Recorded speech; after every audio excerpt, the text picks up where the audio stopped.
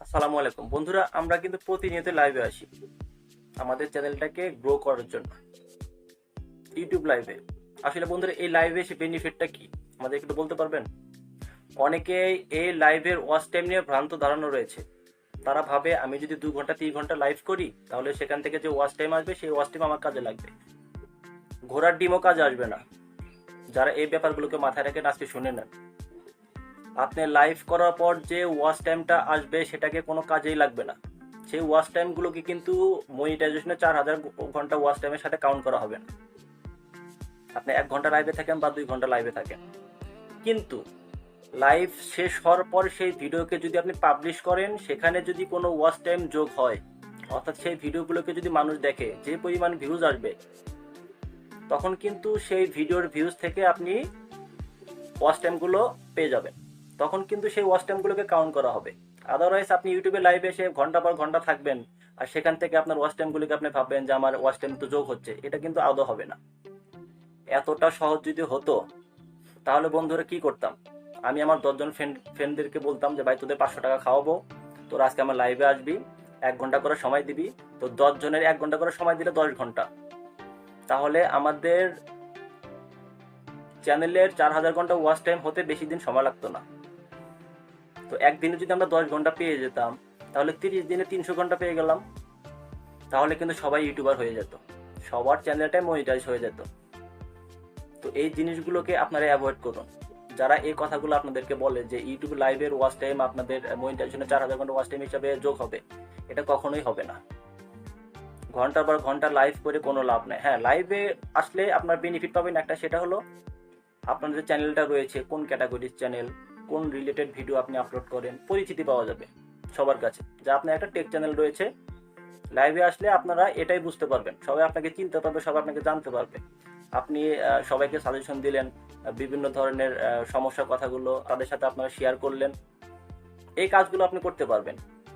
কিন্তু লাইভে এসে ঘন্টা পর ঘন্টা সময় নষ্ট করে, ডাটা ইউজ করে আপনারা যদি লাইভে এসে বিভিন্ন ধরনের কথাবার্তা বলেন আর যদি ভাবেন যে আমি তো আজকে 3 ঘন্টা লাইভে থাকলাম, তাহলে আমি এখান থেকে ভালো একটা ওয়াচ টাইম পেয়ে গেলাম, আসলে এই ওয়াচ টাইম দিয়ে কোনো কিছুই হবে না।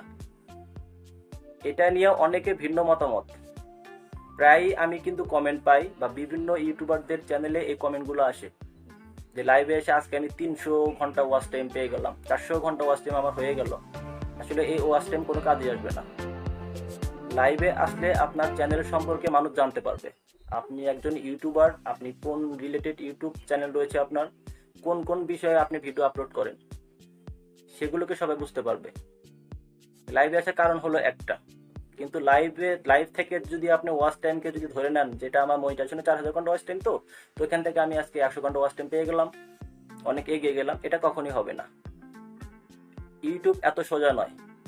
এই কাজটি করলে যদি হয়ে যেত, তাহলে কিন্তু আমরা সবাই মনিটাইজ করতে পারতাম আমাদের চ্যানেলটাকে খুব ইজিলি।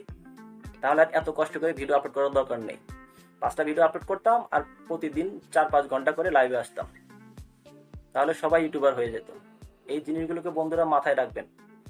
যারা ভাবেন যে এই লাইভের ওয়াচ টাইম আসলে যোগ হবে কিনা, আসলে কিন্তু যোগ হবে না। এই ওয়াচ টাইমের কোনো ভ্যালু নেই। আপনি 1 ঘন্টা লাইভে থাকলেন, সেই ভিডিওকে যখন আপনি পাবলিশ করবেন, কার দরকার পড়ছে? যেখানে 3 মিনিট 4 মিনিটের ভিডিও মানুষ দেখে না, হাতে পায়ে ধরে দেখাতে হয় যে ভাই আমি একটা ভিডিও আপলোড করলাম, একটা ভিডিওটি দেখিস। তো সেখানে আপনার 1 ঘন্টার ভিডিও মানুষের কি দায় পড়ছে আপনার 1 ঘন্টা ভিডিও দেখবে? কোনো দিনও দেখবে না।